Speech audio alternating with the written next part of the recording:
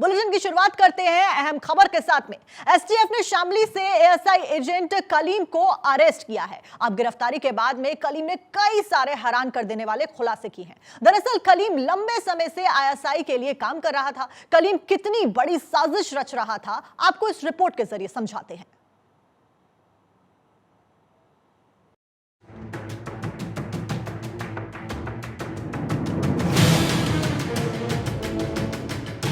भारत के खिलाफ आईएसआई किस हद तक साजिशें रचती है, यह खुलासा जानकर आप चौंक जाएंगे।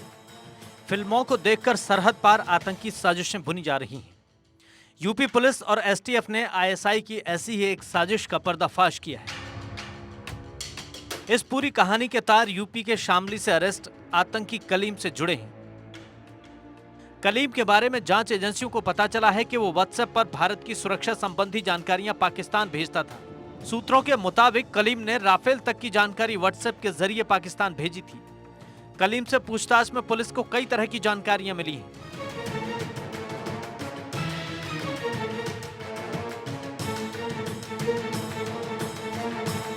असल में शामली में पाकिस्तानी खुफिया एजेंसी आईएसआई और खालिस्तान आतंकी संगठन से जुड़े कलीम नाम के जिस युवक को गिरफ्तार किया गया है, उसका सहारनपुर कनेक्शन भी निकलकर सामने आ रहा है। यूपी पुलिस के एसटीएफ और आईबी ने बताया है कि सहारनपुर के किसी यूसुफ नाम के शख्स ने ही कलीम और उसके भाई को सिम कार्ड उपलब्ध करवाए थे।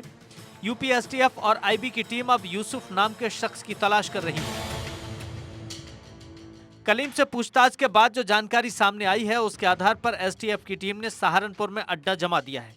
जानकारी के मुताबिक पुलिस ने कई युवकों को संदेह के आधार पर अपने रडार पर ले रखा है।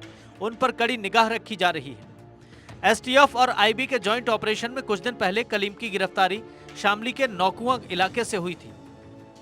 कलीम कुछ दिन पहले ही पाकिस्तान की जेल से रिहा होकर लौटा था। यूपी पुलिस के एसटीएफ और आईबी को कलीम के बारे में कई तरह की खुफिया जानकारी मिली है, लिहाजा उसकी हर गतिविधि पर पुलिस की नजर थी। कलीम पिछले 12 अगस्त को अपनी मां और पिता के साथ पाकिस्तान की जेल से छूटकर भारत लौटा था। उसे पाकिस्तान में अवैध हथियार रखने के जुर्म में पकड़ा गया था। वो 23 जुलाई 2022 से ही पाकिस्तान की जेल में बंद था। कलीम की गिरफ्तारी के बाद जो जानकारी सामने आई है, वो चौंकाने वाली है। असल में आईएसआई की एक बड़ी आतंकी साजिश का खुलासा हुआ है। फिल्म सूर्यवंशी की तर्ज पर हथियार जमा किए गए थे। भारत में हथियार बारूद जुटाकर ब्लास्ट की साजिश थी। आतंकी कलीम को हथियार और बारूद देने का वादा किया गया था।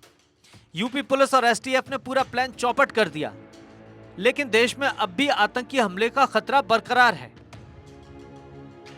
जानकारी के मुताबिक वेस्ट यूपी के ज्यादा से ज्यादा लोगों को अपने साथ जोड़ा जा रहा था।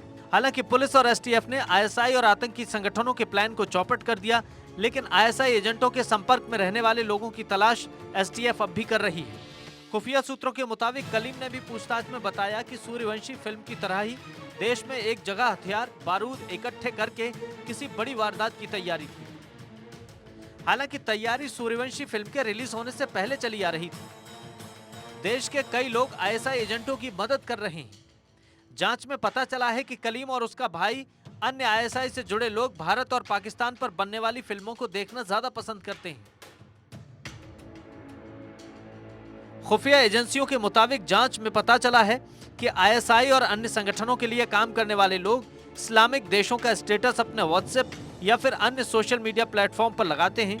इन्हें लगता है कि इस तरह का स्टेटस देखकर अन्य लोग भी इनके साथ जुड़ेंगे।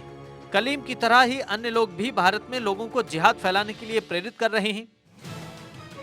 यानी आईएसआई भारत में दहशतगर्दी फैलाने के लिए बड़े पैमाने पर तैयारी कर रही है।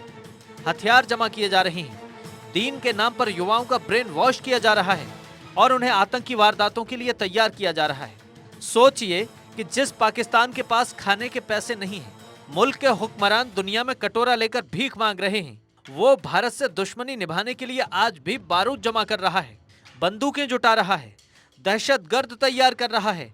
लेकिन शायद वो नहीं जानता कि ब्रह्मोस जैसी मिसाइलों और राफेल जैसे फाइटरों के डायरेक्ट टारगेट पर है सिर्फ एक ऑर्डर और आतंकिस्तान का खेल खल्लास।